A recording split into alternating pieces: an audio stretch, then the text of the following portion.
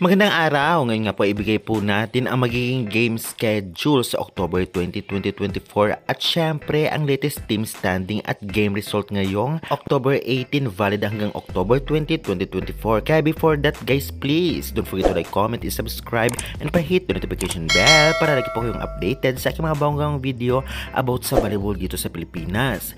Karamihan sa aking manood hindi pa nagsasubscribe, pa-subscribe naman, maraming salamat. Sa ngayon nga unahin po muna natin ang naging game result. Narito po. Credit sa picture sa Volleyball PH feed. Thank you. Sa unang laban nga ng CSB versus San Sebastian ay nanalo po ang CSB sa loob ng 3 straight sets sa mga scores na 25-19, 25-18 at 25-20. Player of the game ay si Stoke. Sa laban naman ng Mapua versus Lady Altas ay nanalo po ang Mapua sa loob ng 3 straight sets sa mga scores na 25-22, 25-23 at 25-20. Player of the game si Kabadin. Samantalang sa laban naman ng UP versus JRU, nanalo po ang UP sa loob ng 3 straight sets sa mga scores na 25-13, 25-19 at 25-10. Player of the game ay si During. Samantalang sa laban naman ng Arellano versus Enyo, nanalo po ang Enyo sa loob ng 3 straight sets sa mga scores na 9-25, 12-25 at 12-25.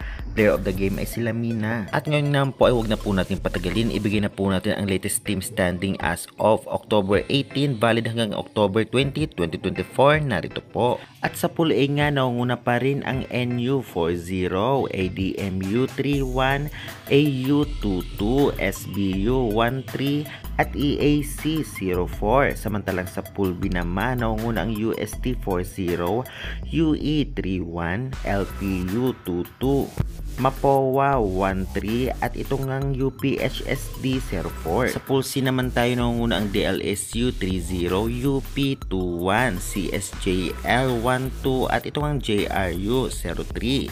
Sa pool D naman nangunguna FEU 3-0, CSB 2-1, ADU 1-2 at SSCR 0-3. At kitang-kita nga natin talagang dalawang team sa every pool ay pasok na sa Pool E at Pool F at sila yung mga nangunguna sa every pool na top 2, kaya congratulations and good luck.